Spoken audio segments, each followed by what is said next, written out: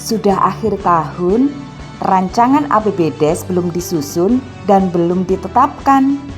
Hai sahabat desa, APBDes paling lambat ditetapkan tanggal 31 Desember di tahun berjalan.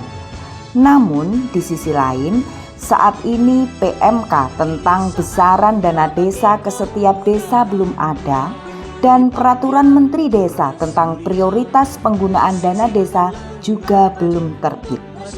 Pertanyaannya, apakah APBDes harus menunggu regulasi pusat turun? Jawabannya, tidak perlu menunggu, karena tidak ada satupun aturan yang menyebutkan APBDes hanya boleh ditetapkan setelah PMK dan Permendes Prioritas DD terbit. Justru sebaliknya, dalam pasal 20 ayat 2 Peraturan Menteri Dalam Negeri nomor 20 tahun 2018 tentang pengelolaan keuangan desa ditegaskan bahwa APBDes wajib ditetapkan paling lambat 31 Desember tahun berjalan. Artinya, menunda penetapan APBDes justru melanggar aturan administrasi. Untuk itu, menetapkan APBDes dengan dasar asumsi itu dibenarkan. Lalu, bagaimana triknya agar APBDes tetap aman secara hukum? Ikuti langkah-langkahnya ya. Pertama, gunakan asumsi konservatif untuk dana desa sesuai konsep kebijakan dana desa tahun 2026 seperti yang telah dipaparkan oleh Kementerian Keuangan serta arahan dari DPMD setempat tentunya.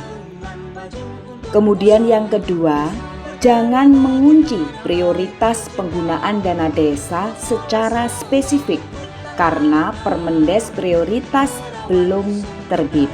Misalnya, untuk alokasi BLT jangan dikunci dengan kalimat prosentase.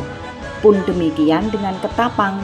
Jadi munculkan kegiatan tanpa ada prosentase secara spesifik.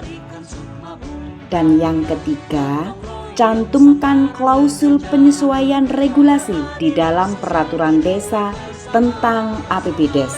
Asal dengan redaksi, apabila dalam perjalanan tahun anggaran terdapat kebijakan pemerintah pusat dan atau pemerintah daerah yang mengakibatkan perubahan pendapatan dan atau belanja desa, maka akan dilakukan penyesuaian melalui perubahan APBDes. Seperti yang tertuang di pasal 37 Permendagri 20/2018 tentang pengelolaan keuangan desa. Apabila PMK resmi terbit, pemerintah desa cukup melakukan perubahan APBDes untuk menyesuaikan besaran dana desa yang sebenarnya dan ketentuan mandatory spending seperti ketahanan pangan, BLT, dan prioritas lainnya. Dan jika perubahan hanya bersifat teknis, maka penyesuaian juga bisa dilakukan melalui perubahan penjabaran APBDes. Yuk, kita susun rancangan APBDes tahun 2026 dan kita tetapkan tepat waktu.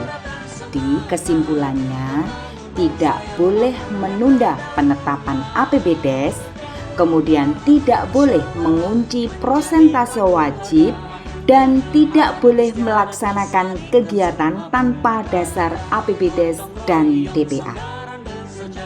Semangat berdesa menuju 2026. Dah.